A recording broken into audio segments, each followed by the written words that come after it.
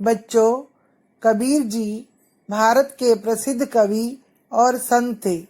उन्होंने समाज में फैली हुई बुरी रीतियों को दोहों के माध्यम से दूर करने का प्रयास किया है। कबीर जी ने अनेक दोहों की रचना की है जो आज भी प्रचलित हैं। ये दोहे बहुत सरल और स्पष्ट हैं, जो सभी के लिए हर काल में अत्यंत लाभकारी हैं। तो आइए संत कबीर जी के दोहों को अर्थ के साथ हम जानते हैं। बुरा जो देखन में चला, बुरा न मिलिया कोई, जो दिल खोजा आपना, मुझसे बुरा न कोई। बच्चों, इस दोहे का अर्थ है, जब मैं इस दुनिया में बुराई खोजने निकला तो मुझे कोई बुरा नहीं मिला, पर फिर जब मैंने अपने मन में झांक कर देखा तो पाया कि दुनिया में मुझसे बुरा और कोई नहीं है। इस दोहे से हमें यह सीख मिलती है कि हमें किसी में बुराई ढूंढने से पहले खुद की बुराइयों से परिचित होना चाहिए, क्योंकि दूसरों में अच्छा बुरा देखने वाला व्यक्ति हमेशा खुद को नहीं जानता। वही जो दूसरों में बुराई ढूंढते हैं, वास्तव में वही सबसे बड़ी बुराई है। ऐसी बानी बोलिए, मन का आपा खोए, औरन को शीतल करे, आपहु शीतल होए। बच्चों, इस दोहे का अर्थ है, मन के अहंकार को मिटाकर ऐसे मीठे और नम्र वचन बोलो जिससे दूसरे लोग सुखी हों और स्वयं भी सुखी हो। बच्चों, कबीर जी के दोहे से हमें यह सीख मिलती है कि हमें अपने घमंड में नहीं रहना चाहिए और अक्सर दूसरों से मीठा ही बोलना चाहिए, जिससे दूसरों को खुशी मिल सके और सकारात्मकता फैल सके। हमारा अगला दोहा है, साईं इतना दीजिए, जामे कुटुम समाए, मैं भी भूखा ना रहूं, साधु न भूखा जाए।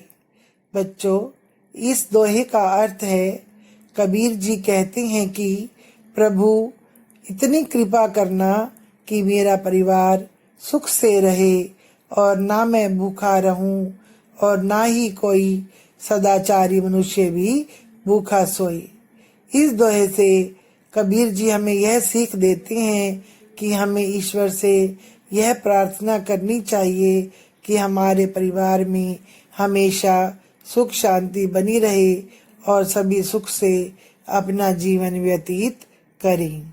गुरु की महिमा का वर्णन करते हुए कबीर जी इस दोहे में कहते हैं कि गुरु गोविंद दोनों खड़े, काके लागू पाए, बलिहारी गुरु आपने, गोविंद दियो मिलाए। इस दोहे का अर्थ यह है कि जब गुरु और भगवान एक साथ हों तब किसका पहले अभिवादन करें, अर्थात दोनों में से किसे पहला स्थान दें। इस पर कबीर जी कहते हैं कि जिसने मुझे भगवान से मिलाया है वही श्रेष्ठ है, क्योंकि उसने ही मुझे भगवान तक पहुंचने का रास्ता बताया है।